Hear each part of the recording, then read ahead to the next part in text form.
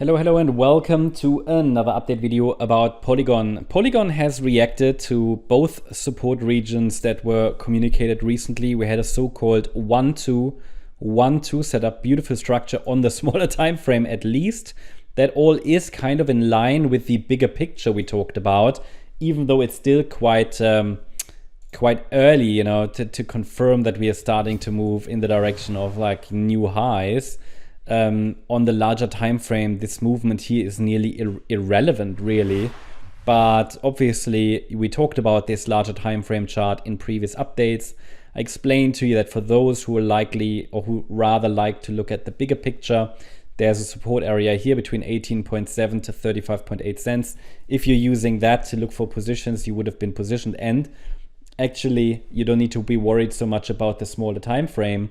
In this case, then we had a break above the trend line, and the idea was that, okay, initial break, kind of a retest there, rally again, another retest on the smaller time frames, but that's not so important. Important is that we had a first wave 1 and a wave 2 pullback, and we might have started the third wave up now into the direction of 60 cents.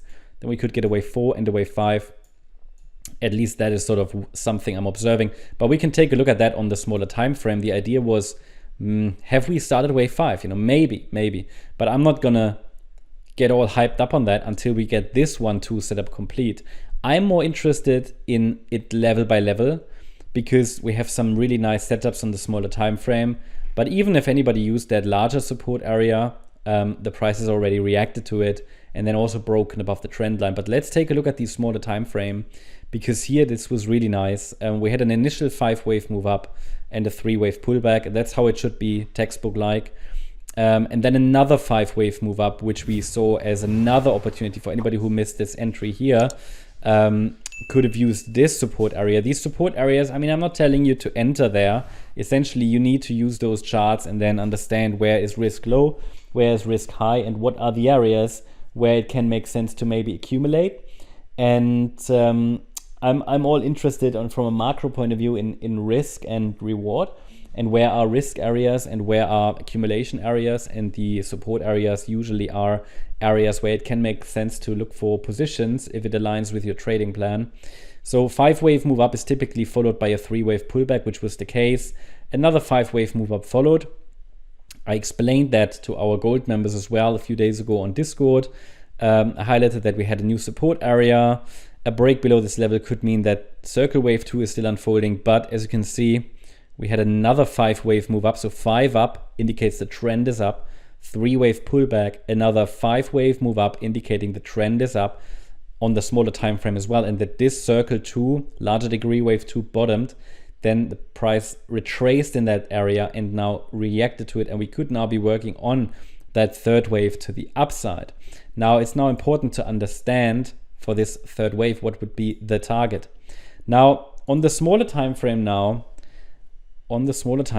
so what you already see here are the targets for the bigger picture. Circle 3, first target, 65.5 cents. Is that a guarantee? No, but anybody who used these areas would be in profit now. So all you need to do is manage risk. Always manage risk, because I always say, these movements don't need to play out. It's more about finding setups that provide a decent reward to risk ratio and then playing for that, like 3-to-1, 4-to-1, 5-to-1. The beauty on the with Elliott wave is that we get sometimes like 10-to-1, 20-to-1 reward to risk ratios. But is that always going to be the case? Is it really going to follow through? So that's the different another question. But 4-to-1 is typically very reasonable. 3-to-1. So anyway, what would be an ideal target now for the third wave of a third wave? I'm typically looking for the 138% extension, and that means the third of a third could get sort of into that area around 54 cents next. This is also where the 100% extension of the larger degree is located. So I'd say pay attention to this. There seems to be a bit of a cluster there around 54 to 57 cents. Then a wave 4 internally, then a wave 5 could push us to 65. And then this is how it could progress. And when we get these 5 waves, we'll see if it can actually hold a higher low. So this is interesting. Altcoins need to prove something. They have something to prove. So let's see if we can now move. Obviously, if we now break below that Sunday low, which is located at 39 cents, It's going to be more difficult. I mean, the wave 2 might then still be unfolding. That upper support area still has some space, but it would be really good if it now, follows through, and a break above the 44-45 cent range. Those previous highs would confirm that further.